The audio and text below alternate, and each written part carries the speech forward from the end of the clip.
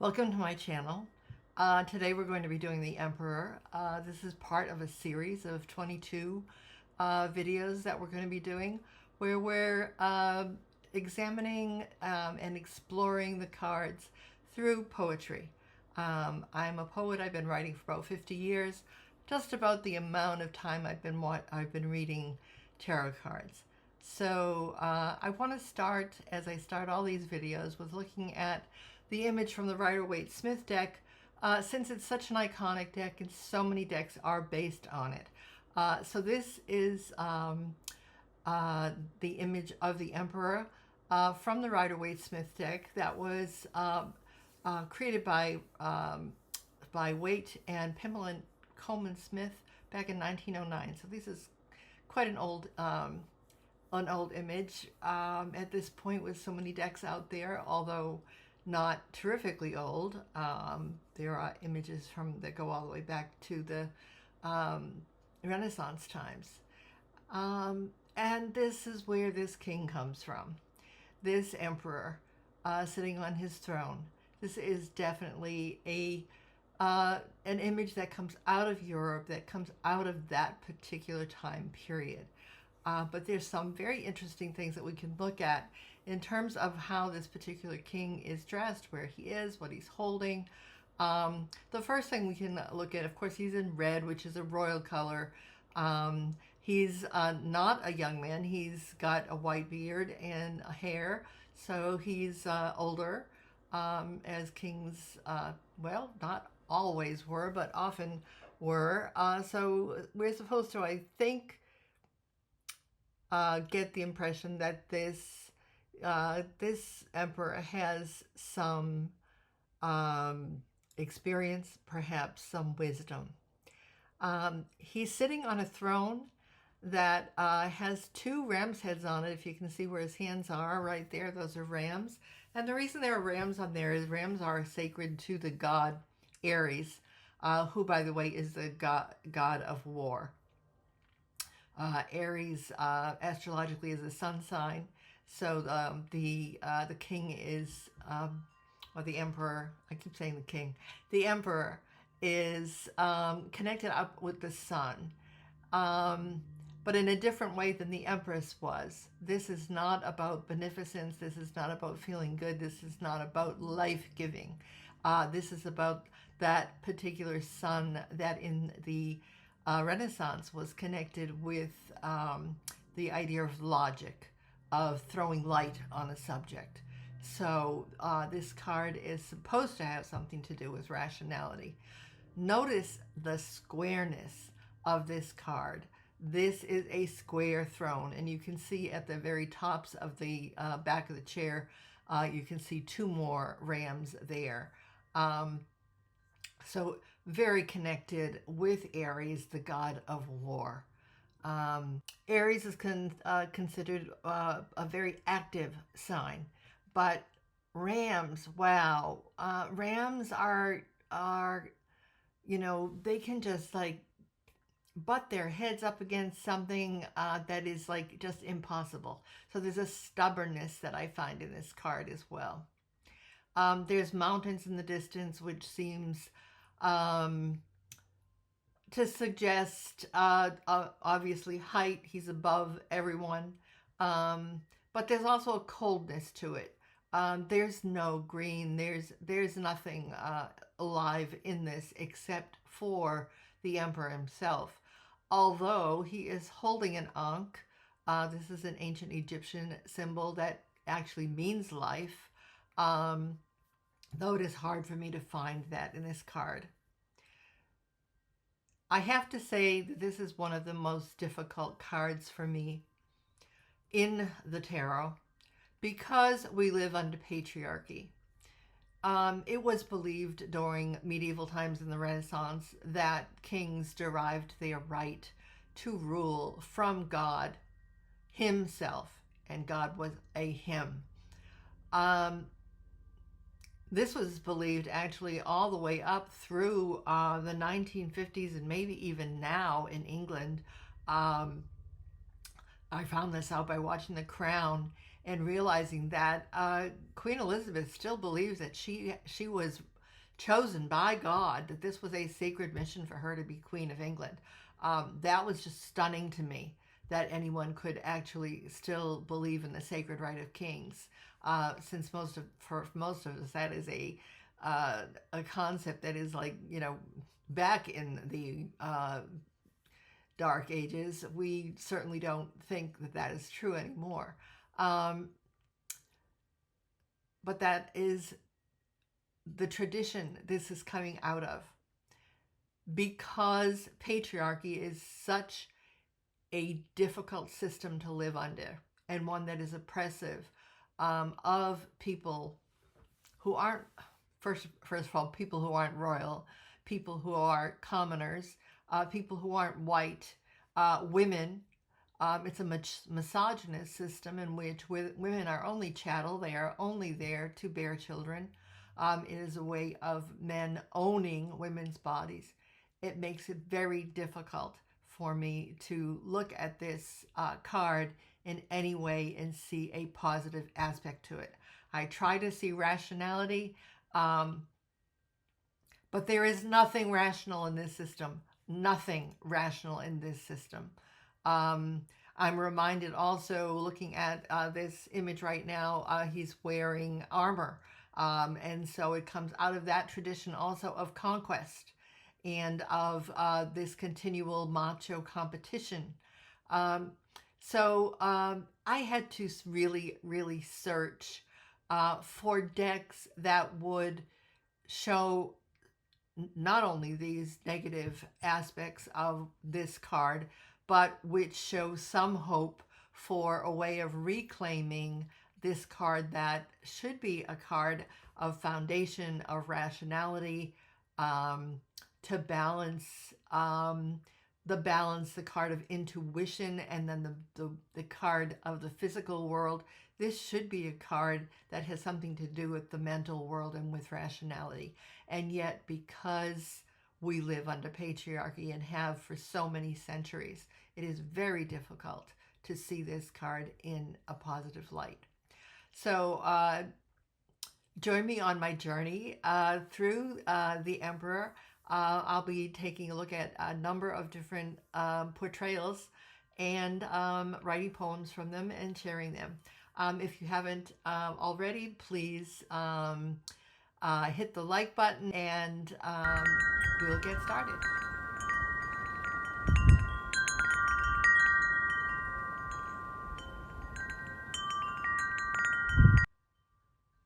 The first card I want to look at is from the Nigel Jackson Tarot.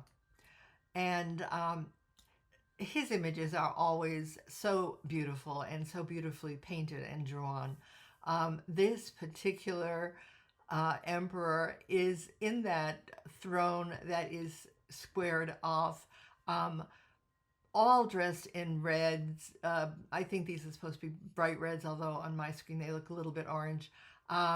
With the crown, with a scepter, and holding the world in his hand, in his right hand. And the world has a cross coming out of the top of it.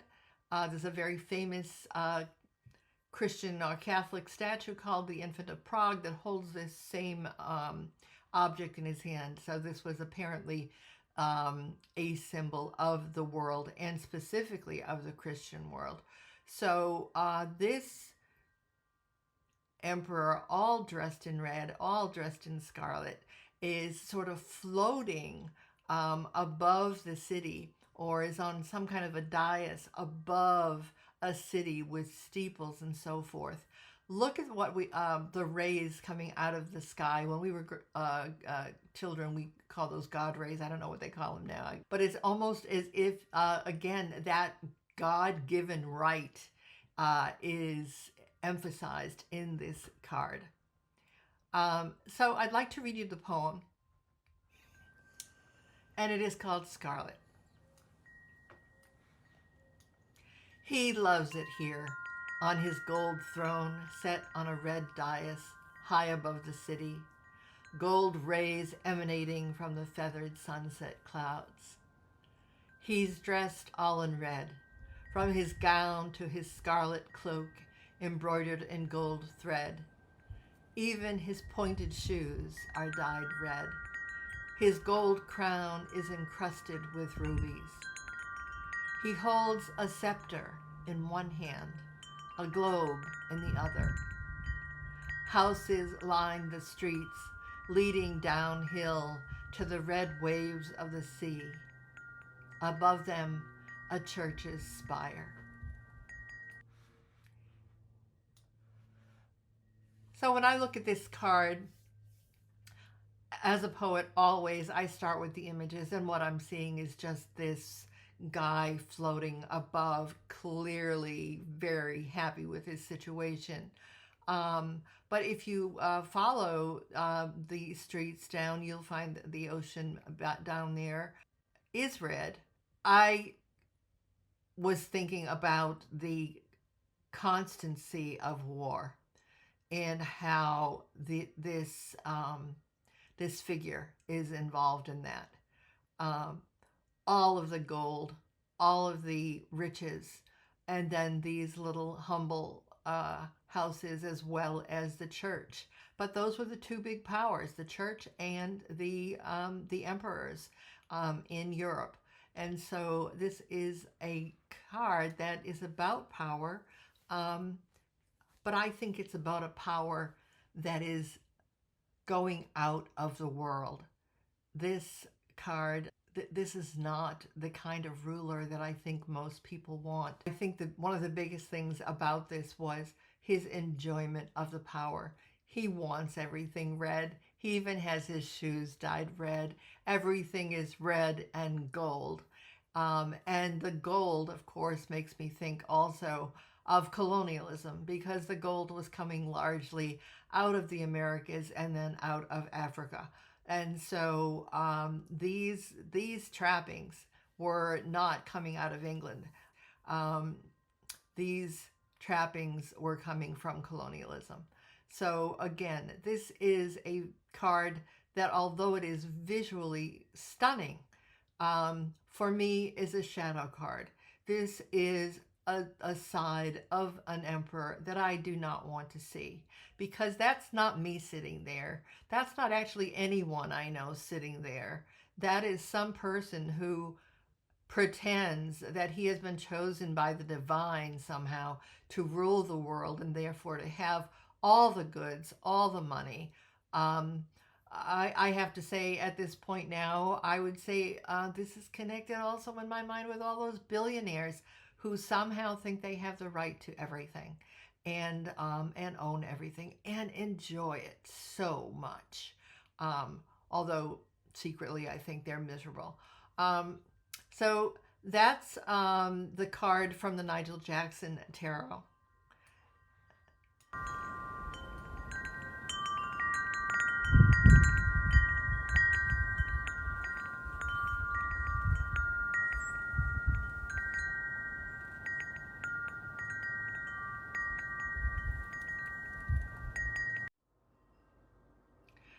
The Fey Tarot is such a strange tarot, and I had it for years before I could connect with it, and then I did. This is not a favorite card of mine, but I do think it's an interesting card and an important card actually right now in the place we are in the world. This emperor has his throne up in the sky, and it's made of mud. And all the clouds, in fact, are made of mud. He looks up at that little unicorn up there on one of the little clouds as if he's worried about it. And somehow his sword has gotten away from him and has floated away on one of the other muddy clouds. So he's there with his feet stuck in a muddy cloud. We don't know if his wings are going to do him very, very good. He doesn't have a real crown, just a picture of a crown that's been incised into the muddy back of his throne. And so let me just read you the poem, and then we'll talk a little bit. All the clouds. He sits in the sky, his throne a muddy cloud, his feet resting on a smaller one. All the clouds are muddy in this sky. The young unicorn with wings on the tiny one above him is unsettling. His sword has drifted off on another. He'll never be able to reach it. He sits rigid in this precarious chair. His tiny wings will never break his fall. So I thought a few things about this. Some I've already mentioned. But one of the things is that with the emperors, with the people in power, with the male patriarchy that is so busy making money, we live in a land where the clouds literally are made of mud, where our air and water is not clean, and where we have people in power who want to take away any regulations that there are, so that we can't be sure that we have clean water and that we have clean air. We have an earth that is totally imperiled, and yet we have to worry about these people who are reveling in their power, as we saw in the earlier cards.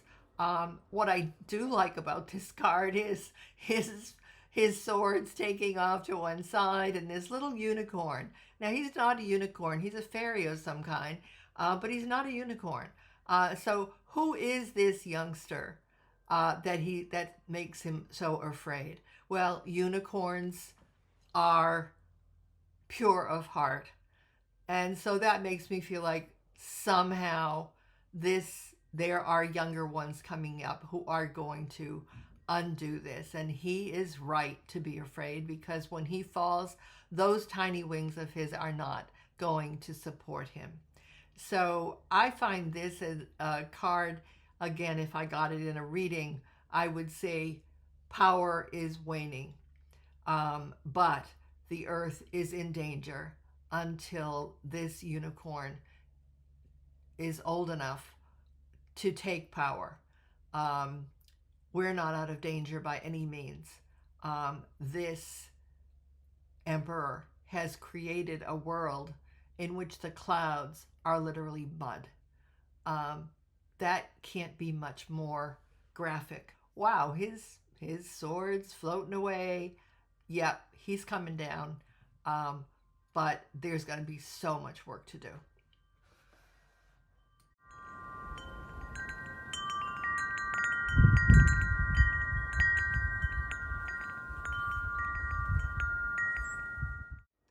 The next card I want to look at is from the Golden Tarot by Cat Black, and this is an amazing collage deck. All the collage was made from Renaissance paintings, and this particular emperor is different than the others. I look at this emperor, and first of all, the colors of it are somewhat dull. There's gold, but he doesn't have a red robe on. He has a black robe on. I want to say, is that some kind of symbol of war and death? I'm not sure. He's holding the scepter, he's holding the globe, but very loosely, as if he doesn't really care about it very much. He's not wearing a crown. The crown he is wearing is made, it looks like, of laurel wreaths. And laurel leaves were used to make crowns for heroes. So part of me feels like, is this emperor someone who was a hero who was then made emperor, but actually doesn't enjoy being emperor very much?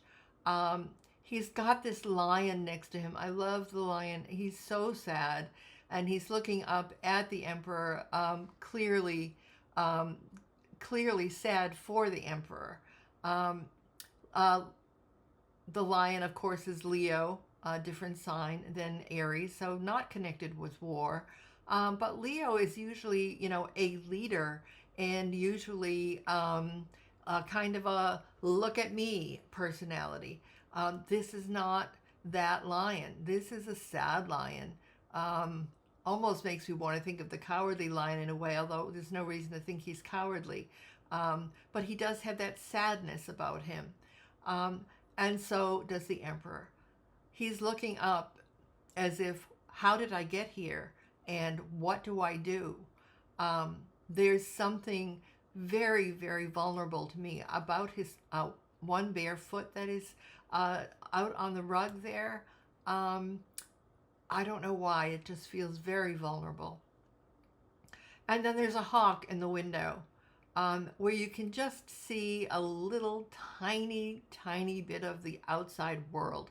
So it reminds us that this emperor is enclosed. He is here on this square throne, whether he wants to be there or not. And it doesn't seem as if this particular emperor wants to be there. So I have to say that my feelings about this emperor are a bit different than they are about the others who are sort of reveling in their power. This emperor brings up some compassion for me. I feel bad that this man is in this situation. But what I don't feel is what I should feel in an emperor card, which is foundation and logic. That is still missing. So I want to read to you from the poem now, which is called Sceptre and Globe. The lion at his feet eyes us sadly. He never wanted to be here. The hawk on the windowsill stretches his wings and looks out at the vast sky. The emperor wears a tunic of finely worked leather, its fringes like feathers at his shoulders. He holds the scepter and globe loosely. His face is pale and sickly. The news he's heard is shocking. The black robe he's thrown over his lap and shoulders is about to engulf him. One bare foot seeks the gold carpet. And I do have that line about the news that he's just heard. And I think it's the look in his face that makes me feel that way. He's just heard some bad news, like maybe another war, another huge amount of people who have died, something like that. That hawk feels to me like if I could only fly out that little window and be away from this. So this is a very different emperor. As I said, I have some empathy for this emperor. But if I got this in a reading, I wouldn't feel like, oh, I have a foundation I can depend on. The only thing I would think is whatever that power is over our lives right now, perhaps is getting a little less, perhaps is getting a little human, perhaps is not taking so much pleasure in control and power. But it is still the emperor. It is still the emperor from that particular time.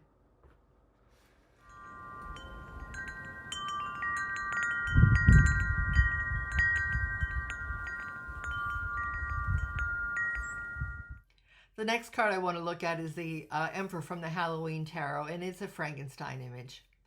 And I absolutely love it. I have to say, now that I've looked closely at the Golden Tarot, I see some connection there. The electric chair. Sometimes he feels like Frankenstein, chained to an electric chair in a dark basement. Outside, there are white mountains and stars he knows are somewhere flaming suns. His hands and face are green. He's been here so long, maybe he's grown mold. Two daisies share a flask with a brain. The black cat, perched on the back of his chair, watches for signs of life. Now, before you say anything else, I want you to know that I'm very familiar with Frankenstein, and I know that Frankenstein is the creator, is the mad doctor, and not the monster who does not actually have a name.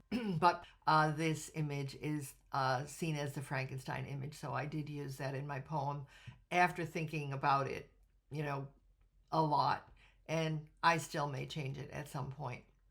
But look, he's got the Ankh. Um, but what he's holding in his hand seems to be an orange. He's very loosely chained to this throne that he's on.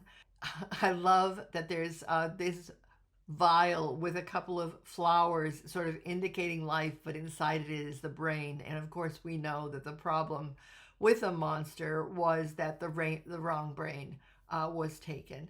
So for me, the humor in this card brings up Young Frankenstein, which, if you haven't seen, I want to send you out and look at. It is brilliant. Frankenstein is literally chained there, as well as being the one ostensibly in power, not really. I love that that little tiny window is there, that was in the golden tarot, that you can somehow kind of see that there's something out there. And in this one, that lion has now turned into the cat. This cat shows up on, I don't know, it's every single card, but most of the cards in this Halloween tarot. And she's always seeing everything, as I think cats do. So again, for me, this card reminds me that sometimes the people who are in power are not happy with the fact they are in power and maybe did not choose it. That is not, of course, true for people who run for office. That's a little bit different situation. But I think sometimes people who run for office think that they get to be emperor when actually they only get to be president, and that there are real limits to what they can do. So that is the Emperor card from the Halloween Tarot.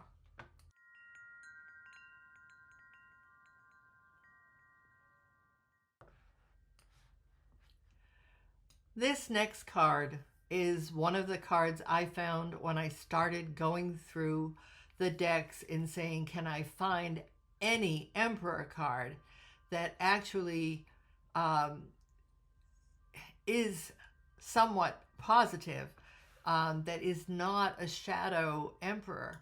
And this is the one that I first found. And I thought, okay, here's an emperor who is building, who is making plans. We're seeing foundations here for bridges or aqueducts or whatever. He's in Roman toga, so you think back to Roman times, I guess, on this one. So let me read the poem, and then we'll talk a little bit about it. Plans. He gestures toward the bridge, its arches golden brick. This is only the beginning of what's possible. He sees the city rebuilt, highways, skyscrapers, monuments. If only he has the bodies to do it. So I like very much that this emperor is about foundation, about plans, about thinking, about that kind of rationality, about making things that are good for the public and not just for himself. I do include the word monuments in the poem. In fact, we're not seeing a monument in this card. We are seeing something that is useful to the population. And I think that that is a real positive step from the emperors that we have been seeing. If I got this in a reading, I would be able to say, oh, okay, I need to make some plans. There is a foundation that I'm building on or can build on. So I'm starting to see that rationality. In the poem, however, as a poet, I take that little leap that is intuitive and just is something that happens. And I go, if he's got the bodies to do it, remembering that he is in power. Who's going to build all this stuff? Are they going to be treated fairly? So that's a question that comes up for me, again, because it's an emperor card. There's nothing to indicate that this is slave labor or anything like that. But that card because it's the emperor, because he has that amount of power. The question comes up, who's going to build it? Is he going to have enough bodies? And my question then being, are they going to be paid fairly? So this feels like an in-between card for me. I like it very much, and I would be happy to get this card in the reading.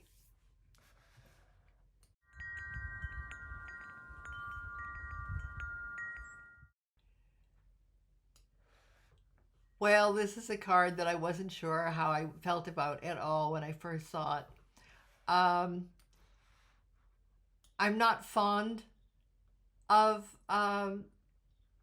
Emperor cards that do the horned god. That's just a thing for me. It just felt like it had become such a sort of cliche.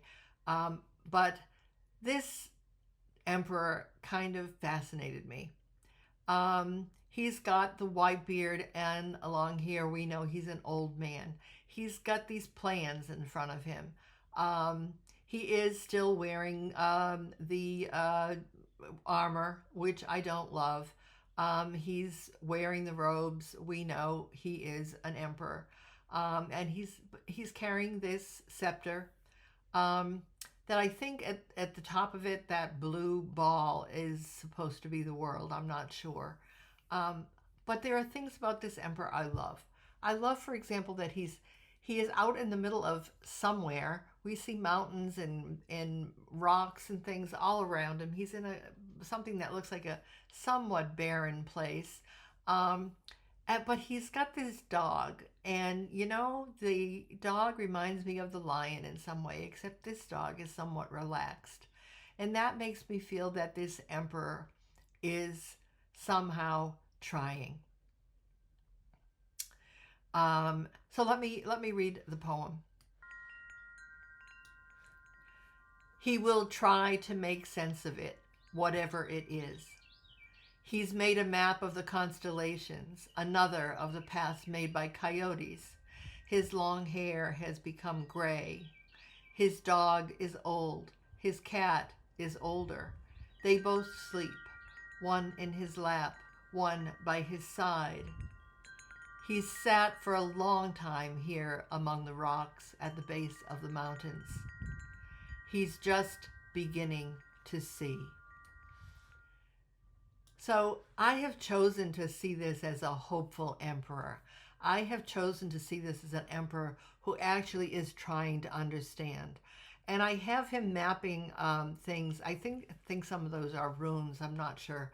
But I'm having him mapping the constellations. Okay, we know that people have done that. Mapping the tracks of coyotes, the trails that the coyotes take. Oh, that's an interesting thing. He wants to know about everything. And I think that is the beginning of knowledge, the beginning of being able to rule in a just way. So there's a little bit of green in this card, just a little bit. We're seeing just a little bit of vegetation. That seems like a positive thing. The fact that his cat and dog seem to love him so much. The cat curled up in his lap, the dog lying there, very relaxed, and probably pretty old themselves, makes me feel that he has the ability to make connections. Everything, he's not just a puppet master. He actually has relationships with these two non-human beings. This card gives me hope. This card says to me, this emperor is trying. He finds himself in this situation that maybe he was born into, but he's trying to make sense of everything. And therefore, it has very much to do with rationality, with trying to figure things out, with making a plan based on the best information you have. So I have to say that I like this emperor. I did not expect to. When I first had it, I had kind of a a negative first reaction.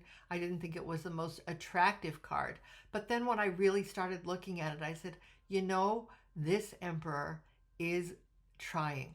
And that is a really important development from some of those other emperors that we've seen.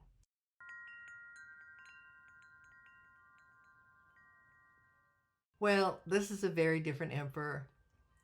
I love it that he's sitting on a globe that could be Mars, but looks more like a beanbag chair to me. Mars, of course, being the planet that is usually associated with the emperor. But that ram that's over his throne, I use the word throne lightly, looks pretty old, and he doesn't seem to have much interest in it. He's holding a chess piece. He is holding the king by the tip of it, as if he might just drop it at any moment. He doesn't seem very interested in it, which makes me feel like it's, you know, he is the king, but he is not, he has somehow ended up with this responsibility that includes the possibility of war, but that's not his main concern here at all. He is not holding the world. And as I said, he's sitting on this round beanbag chair that is very reminiscent of the planet Mars. So that is there as any ruler in our generation has not just the ability to make war, but the ability to make atomic war. So so that's there. He's there. He's sitting on it. But and he is comfortable. It's a beanbag chair. So you know, it's sort of like a symbol of one thing, but it's also like it's a beanbag chair. And so he's not in this very square place. He's in a round place, and that is, I think, you know, very interesting. He is very thoughtful looking. I'm not seeing all the square elements that is supposed to mean rationality, but I am seeing it on his face. He is thinking about something. He's thinking about something deeply. He's looking off into the distance, possibly into the future, to see what should I do next. But the most important thing for me is that he has a tattoo, and his tattoo is the Ankh. It is the symbol, the ancient Egyptian symbol of life. He's chosen a tattoo, and that is the one he has chosen. And so I'd like to read the poem, and it's just called The Tattoo. He is comfortable on this round throne like a firm beanbag chair. On the planet Mars, come to Earth. The colors match his red shirt and yellow pants. He sits cross-legged, one hand resting on his ankle. This brown-skinned man with a serious face. The ram on the yellow wall, cracked from age, does not interest him. He holds the chess piece by the cross on its crown, casually, as if he will let it go at any moment. It is life, not war, he has sworn himself to. You can see it tattooed on his arm.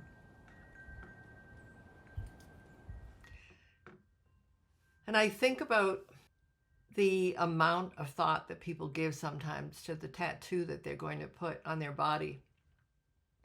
And I think this ruler, this emperor, or in this case, this president, you cannot help but see him as Obama, I think, a dark-skinned man in a place of power, who holds that power with such grace. and who is ready to let it go when it is his turn. This is not an emperor. This is a president. And I'm saying that because he is going to let go of that. That king chess piece, he's not holding on to that like, I'm going to, this is my life. I'm going to be king forever. No, not at all. And he has sworn himself to life, not to death, even though he has that power. So this just seemed to me like such a hopeful card that I wanted to include it here. We have such egomaniacs in power. I am so tired of the noise. I am so tired of the I am the best, and you have to do everything my way, and I'm going to be ruler forever. This president, this ruler, this emperor, who is not an emperor, who has given up the squareness of that, the patriarchal aspect of that, and has chosen a round chair, who pays no attention to that ram on the wall, is so relaxed. I love it that he's just got his legs crossed. He's just hanging onto one angle with his hand. Yeah, he is comfortable in this role, and he is intelligent, and he is thinking, and he's not holding an ankh because he owns the world. He is chosen to have the ankh tattooed on his arm as a reminder that he serves life. He doesn't serve war. He doesn't serve death.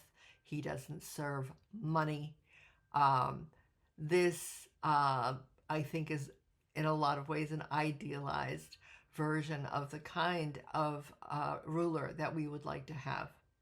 And so this is the Emperor from the Lightseers Tarot.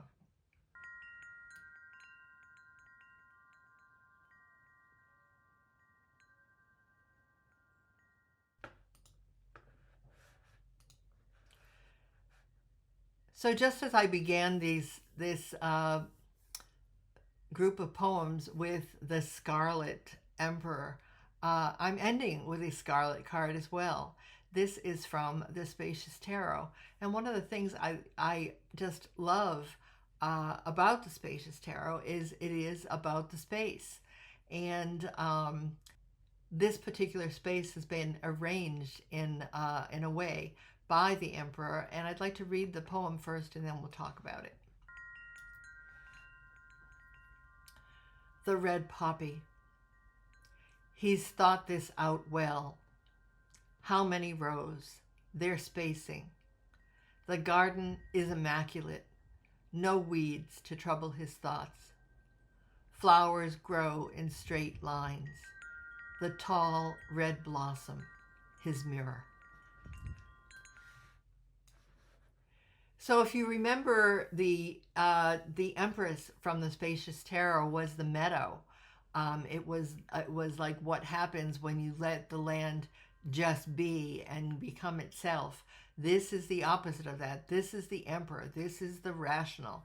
He wants things to grow in straight lines. He doesn't allow a single weed. There's not a single weed there, because that would disturb his thoughts. He wants this very rational approach to the world. And so she is showing us in this card that rationality, that analytical ability of the Emperor. And that is not necessarily a bad ability.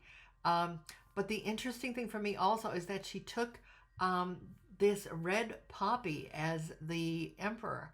And so she's kind of going back to that idea of red, the Emperor and the color red and so forth. But the flower, the red poppy, became a symbol of all the dead veterans of World War I. And even when I was a girl, I don't think they do it as much anymore.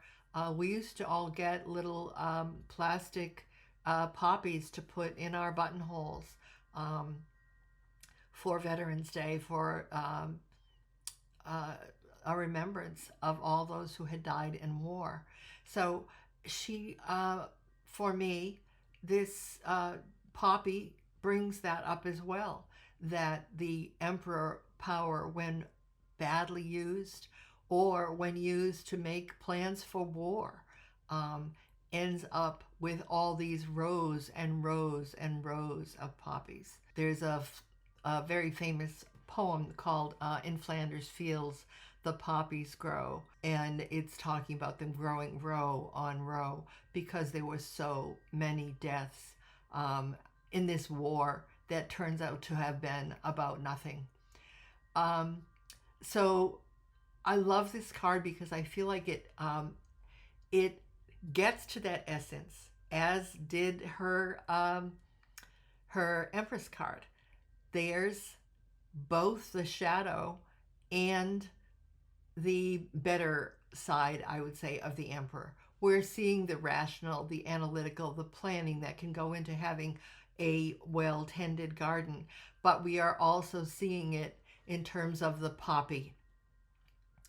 The poppy, besides being the symbol of the dead veterans, is also a very, very showy flower.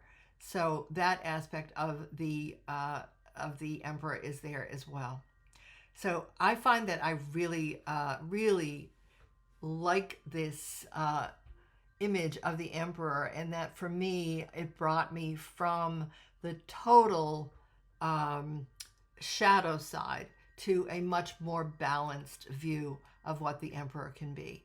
Because I need the foundation, I need the analysis, I need the logic. I have that.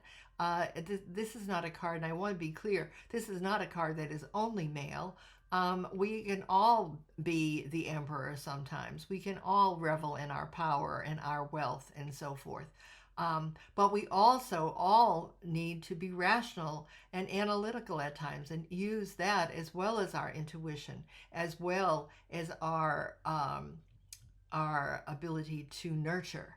So I am really happy with a card that embodies both of those things, that I can see this card, and depending on what other cards come up in a reading, I can read this as a positive card, or I can read this in a little bit of its shadow aspect.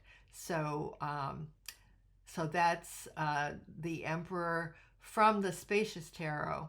And again, I'm very, very taken with it. So those are the Emperor cards that I'll be doing for today. Please, if you haven't, like and subscribe. And please check out the other videos that I've done in this series. This is a 22 card series where I am exploring the Major Arcana through poetry. And I hope that I will see you soon for the next one.